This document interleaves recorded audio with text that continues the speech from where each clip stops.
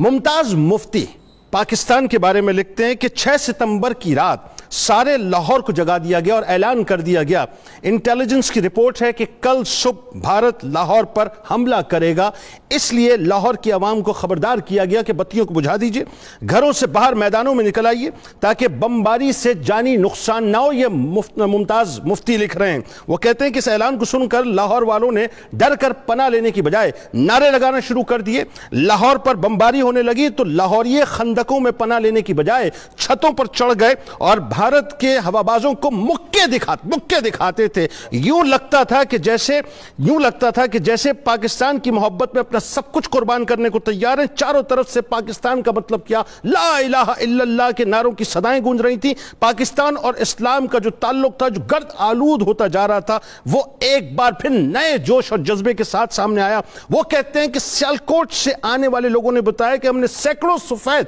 अब जो बात बता रहा हूं नाजरीन बहुत तवज्जो से सुनिएगा, कि सैकड़ों सफेद घोड़सवार देखे जो सफेद वर्दियां पहने हुए थे, हाथों में तलवारें थी। कहते हैं कि हम महाज पर जा रहे हैं। और मुमताज मुफ्ती लिखते हैं कि रोजनामा जंग को मदीना मुनव्वरा से एक खत मौसूल हुआ। उसमें लिखा था कि जिस रोज लाहौर पर हमला हुआ, इसी रात मदीना मुनव्वरा में मुकीम 2 अफराद ने ख्वाब में देखा कि हुजूर नबी करीम सल्लल्लाहु अलैहि वसल्लम घोड़े पर सवार होकर जा रहे हैं। इस वक्त नाज़रीन मैं आपको बता नहीं सकता कि मेरे जिस्म के रोंगटे खड़े हो चुके हैं। ये मेरे पाकिस्तान है, ये मेरा पाकिस्तान है। ये 1965 की जगह जो मैं आपको बतला रहा हूं कि हुजूर नबी करीम सल्लल्लाहु अलैहि वसल्लम घोड़े पर सवार होकर जा रहे हैं। पूछा हुजूर नबी करीम सल्लल्लाहु अलैहि वसल्लम इतनी जल्दी में आप कहां तशरीफ ले जा रहे हैं? तो फरमाया मैं पाकिस्तान में जहाद के लिए जा रहा हूं। मारूफ हकीम नैयर वास्ती उन दिनों मदीना मुनव्वरा में मुकीम थे।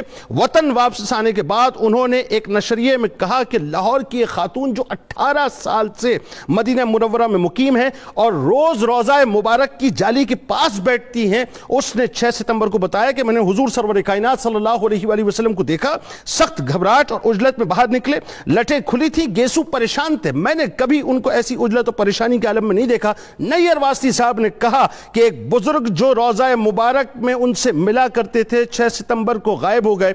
उनसे एक मुरीद ने बताया कि वो पाकिस्तान जहाद पर गए हैं। और एक और बुजुर्ग ने नैयर वास्ती को बताया कि तमाम शोहदा बमाए शोहदा बद्र की मायत में घोड़ों पर सवार होकर पाकिस्तान गए हैं। वक़ारुन्निसा कॉलेज के प्रिंसिपल के भाई ने बताया, जो पीएफ के मुलाजिम था, कि हम पेट्रोल यानी बम जो है वो पेट्रोल के टैंक्स में फेंके जाते थे, वो सारे के सारे फ्यूज हो जाते थे। बस आखिरी बात अर्ज करूं कि सियालकोट में पकड़े जाने वाले कैदियों से पूछा गया तो उन्होंने कहा कि हमें समझ नहीं आता था ये जो सफेद वर्दी वाले थे ये कौन थे, ये हरी वर्दी वाले थे ये कौन थे, ये बूढ़े कौन थे कि हम बम फेंका करते थे, वो बम पकड़कर दूसरी तरफ फेंक दिया करते थे। यानी यहां तक हुआ कि जो पायलट पकड़े गए वो कहते हैं कि रावी का पुल मैं तबाह करने के लिए आया, जब मैं देखता हूं तो मुझे एक पुल की जगह 6 पुल नजर आते थे।